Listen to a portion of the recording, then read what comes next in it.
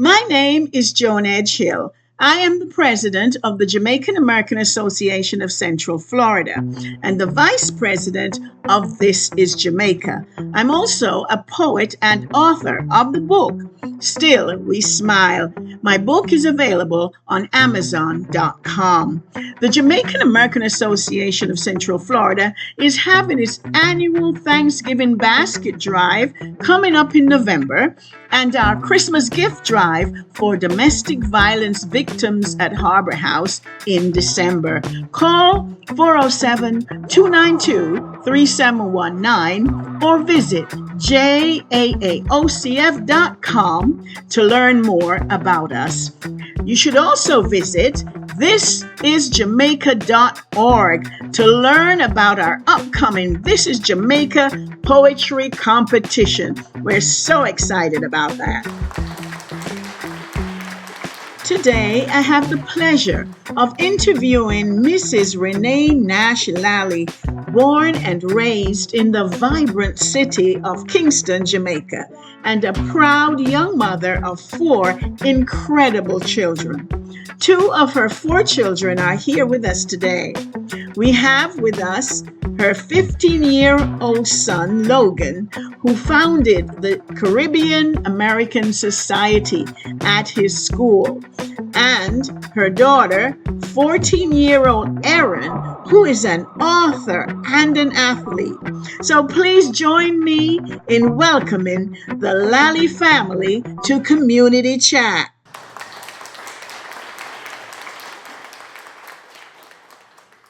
Miss Renee, you were born and raised in Kingston, Jamaica. Please share your childhood experience with us.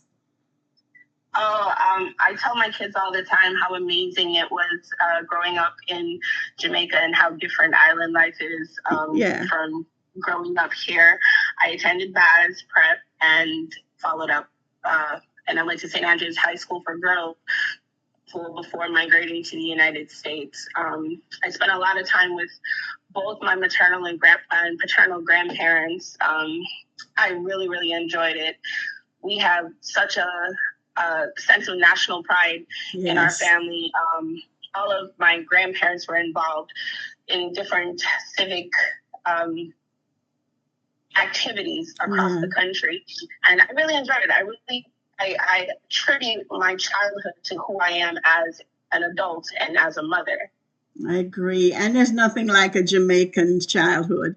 It can be so much fun, the experiences, right? Yes. So thank you. Now, you are also a proud mother of 4 wonderful children. But before I talk to Logan and Erin, please tell us about your other children and what is your greatest accomplishment as a mother? Oh, man. Okay, so I have 4 children in total. My oldest, his name's Alex. He is 18, and he is currently playing collegiate football at the University of Delaware. Wow. He's been playing football since he was 3, so I've been a sports mom for majority of my adult life. Yes. He plays defensive back, and he's going to school for kinesiology.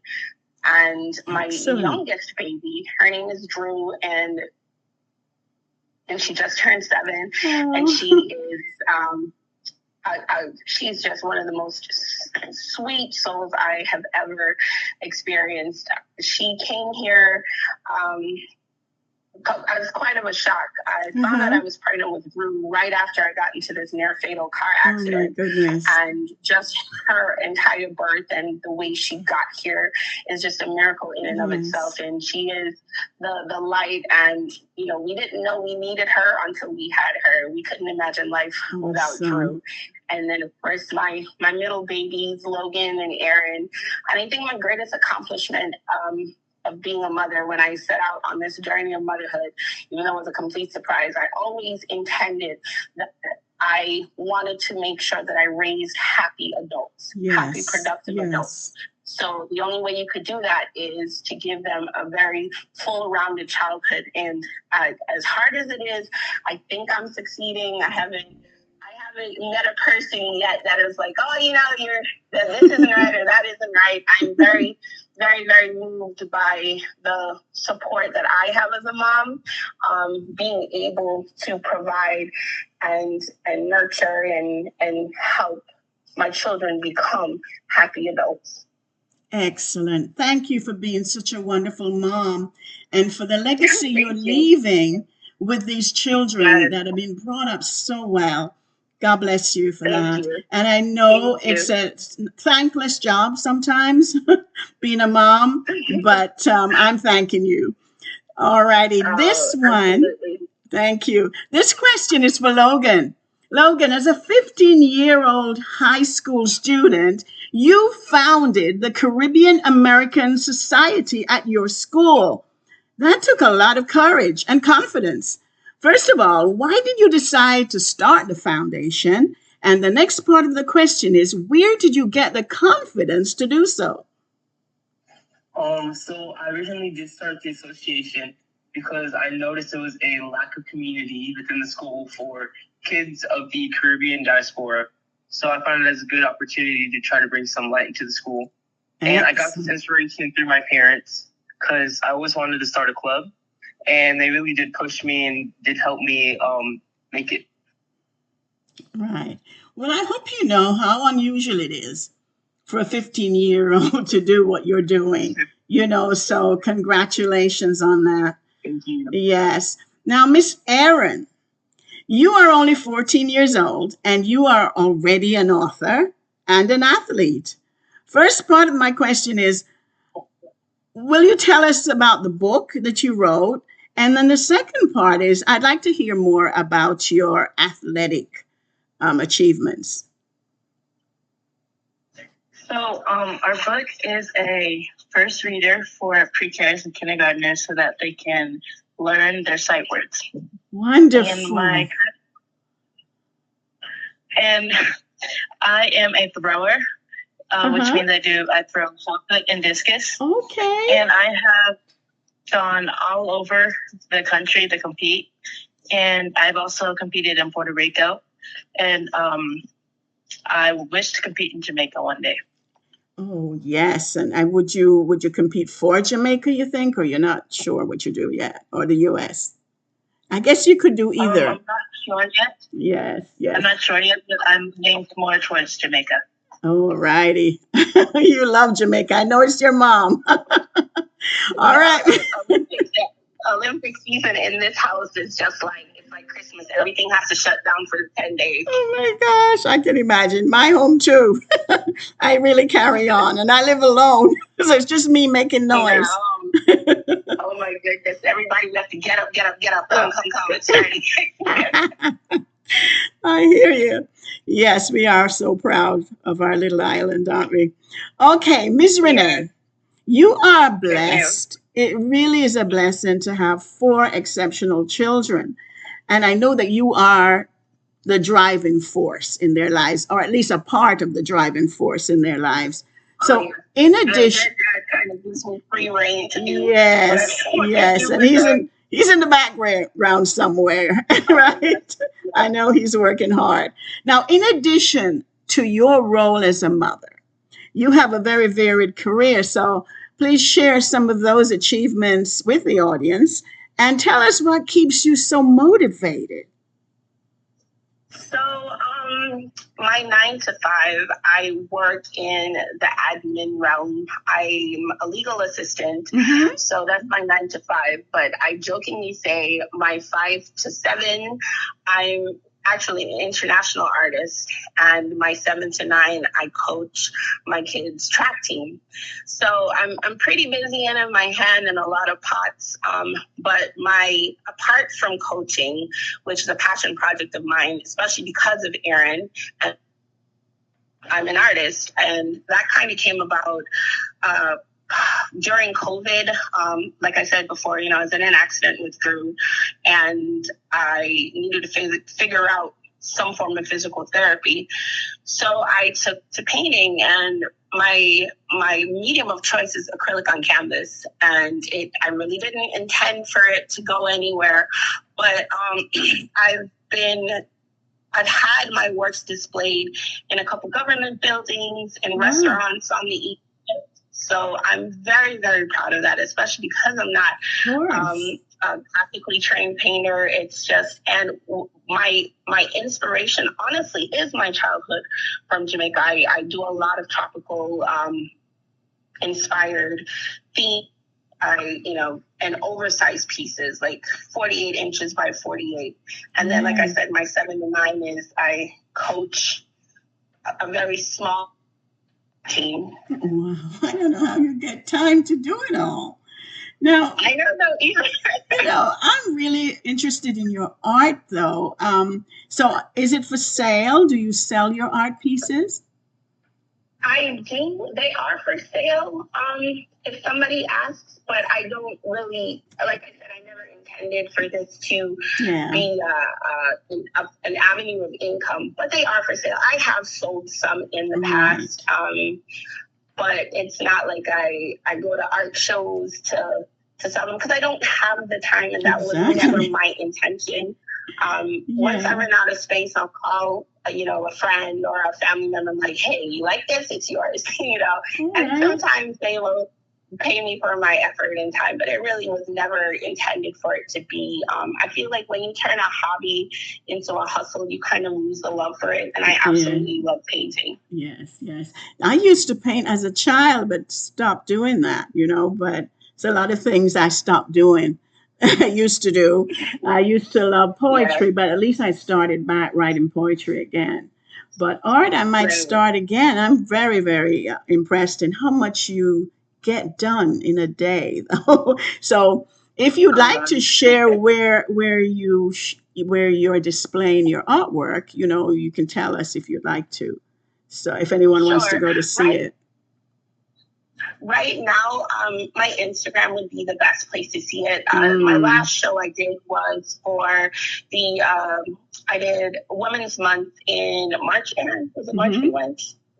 Yeah, we went in March. And then before that, we did the African American display, African American Heritage Month display, and they were both in the city of Kissimmee. And I usually, Erin's my art gallery buddy. We always get dressed up, and it's a mother-daughter date, and we go out and take a look. And, the studio right now, my Instagram. Yeah, the studio is in Kissimmee, so maybe they can get a chance to see some of your work. So I'm going to ask you to let us know. You said your Instagram, right? So go to your Instagram page. Right, my Instagram. So just go to Renee. It's art. Erin, what's my Instagram again? Hold on, Erin's pulling it up. It's art _ Hold on, she's pulling it up. I don't remember it. Okay. That's all right. Go ahead. I'll wait. Yeah. It is art _ Renee.Elizabeth. Excellent. Thank you. Thanks. Okay. Awesome. Mr. Logan, thank you for reaching out to the Jamaican American Association of Central Florida recently. You're so innovative. Now, you are interested in collaborating with us and will be participating in our Thanksgiving baskets and gift cards giveaway this November for our communities in Central Florida. So, how did you learn about us, first of all, and why did you choose to collaborate with us? I did learn of you guys through my parents, mostly my mom. And I did choose to collaborate with you guys because, I am Jamaican American. All righty. Okay, so how did Mom learn about us? Because I didn't ask that first. Well, when he first came to his dad and I about starting a club, I told him, I'm not interested in support during at school. If you're going to do this and occupy some of your class time and lunchtime, it has to have some type of social value, a type of social cause. Right. So I asked him, I really didn't give him many parameters. I asked him what it is exactly, what kind of club he was interested in, because Logan has varied interests. I know he wants to be an engineer. He also does long jump and triple jump. So I was just trying to figure out what he wanted to do. Was it a STEM club? And he said, no, I want something based with a Caribbean. Excellent. I said, that's fine, but what about it? Are you going to culture? And he said, yeah, but I also want to do a community aspect. So, well, it's going to be it's going to be a little costly for us to figure out how to get stuff back home to Jamaica, like shipping. So I said, well, let's see what we can do here, because we're not the only Jamaicans in Central Florida. No. So that's how I Googled you guys, and I reached out, and I got the information, and I sent it to Logan, and then Logan emailed you guys, and I told him, whatever support he needed, that I would be here for him. All right. Wonderful. And thank you. I'm so glad you did. All right. Miss Erin, as a young author, do you have any advice for young people who might like to write? And what are the most important traits of a good athlete? So 2 separate questions there, really. For those who would like to write, I suggest to just get a journal and write down any ideas or any topics that they come across, and just write as they go. I agree. Jot it down. Go ahead. As for important traits for an athlete, I think would be determination and discipline, and always working even when not asked to, and to work when nobody's watching, and then just push yourself to be the best that you can. Yes, I agree, especially with the writing part about writing it down. I thought it was just me because I'm old.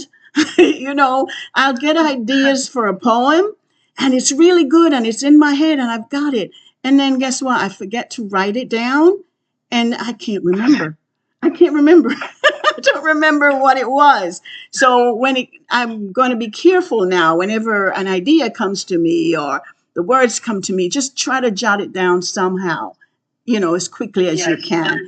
Yes, and I'm sure that's the same for writing any book, Put those ideas down, because they may not come back. They may, but those exact words may not come back in the same way. So good advice there. And do you want to tell them where to find, they can find your book? It's ellagoes.org. All righty, say that again. ellagoes.org. ELLAGOES.org. Excellent. And I really am impressed that you're writing this book in order to help students with sight words. This is the type of thing that I love, because it's not only good reading and fun, but they're learning while having fun. And that's exactly what we want of all our kids, right? All right, now, this question is for each of you. Okay. So anyone can answer it in any order. What is the biggest challenge you're facing in your role right now, whether it's school, business, a project, and how are you tackling it? So this is Logan. But Hi, Logan.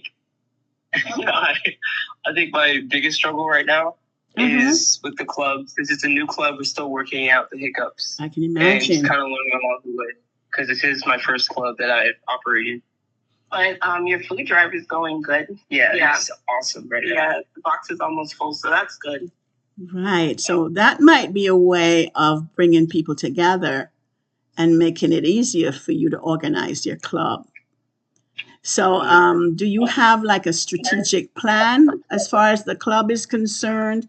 If you put it together in writing, step by step, how are you going about getting that club organized? When we first started the club, we kind of made it was a paper where we kind of just organized things we'd like to do. Right. And every Sunday, we do a FaceTime meeting with the officers of the club. And we kind of draw out what we're going to do for the next meeting, how everything's going, a rundown, and probably just talk a little bit. But yeah. Yes. Well, again, I'm very impressed with you for even dreaming of doing something like that. There's older folks who really wouldn't put in that time, So thank you for accepting the challenge, for facing the challenge, and tackling it so well. So bless you for that. Thank you. All right. Anyone else? Same question. Do I need to repeat it? No, okay. I got it. You got it. Go ahead. My biggest challenge right now is working hard to meet my goal so that I'm able to go to nationals next year in the summer. Yeah, that's tough. So, yeah, it's just working hard often and putting in the work so that I can meet my goal and go. Yeah. So what preparations have you made? I'm training hard. Mommy turned the garage into a gym. Smart. At home gym. And I've been making sure that what I'm doing, my technique and all is good. Yes. I'll be throwing again in the field and whatnot so that I can work to improve my distances. I wish you every success in your athletic endeavors. And you could even use those things you're doing athletically to write another book. Just throwing that one out there, if you haven't already thought of that. That's a good idea. Yes, excellent. I think for me, just right now, my biggest challenge is, I've taken on. I'm not hearing you well. Something's going on. Can you hear me? I am now. Yes, I can hear you better now. Okay. I think the biggest challenge for me right now is because I've taken on creating this track team. And apart from Logan and Erin, I have 3 other athletes. Oh, my goodness. My biggest challenge, they have their sights set on going to nationals in June. Yes. So being a small new track club, I think our biggest hurdle is just being able to provide for these kids to be able to not have to worry about, the financial aspect of going. Yeah. So right now I'm working on a couple fundraisers and just being able to get that support to provide for them. So that's my biggest challenge right now. Wonderful. I am just so impressed with the entire Lally family and how much you're doing. Not just for your own children, God bless you, but for other children, so it's really the heart that you have that I appreciate so much. And you've obviously given that same heart to each of your children. They seem to be very passionate and they try their best. And that's all we all can do. Each one of them is, honestly. I just tell them, I was like, there's nothing you can do under the sun that's going to make me stop loving you, but I do require you to give me 100% of yourself all the time. And if you can't, you tell me, and Daddy and I will make sure that we give you the support you need so you can try to at least give your best. Yes, you are definitely an excellent role model to any family out there of how to operate as a parent, how to be with your children. You're their mother, you're everything, so God bless you for that. And I wish the family much success. It was indeed a pleasure talking to each of you today. Thank you so much for spending some time with us. We all, I know my audience enjoyed hearing about your fortitude and your resilience as a family. Okay, so may God bless and keep each of you in his care, the entire family. And we want to hear back from you. Yes, and keep in touch, because I think the audience would like to hear more about what is the Lally family up to next. Okay, thank you so much. Now, thank you, dear. Now, to learn more about the Jamaican American Association of Central Florida, remember to visit jaaocf.com. So thank you all, everyone, for listening in today. This is Joan Edgehill signing off. Coming up next is Mr. Melville Harris, live from Jamaica. God bless you all. All right. President. You're welcome. God bless you all. And congratulations to those young folks yes. for starting that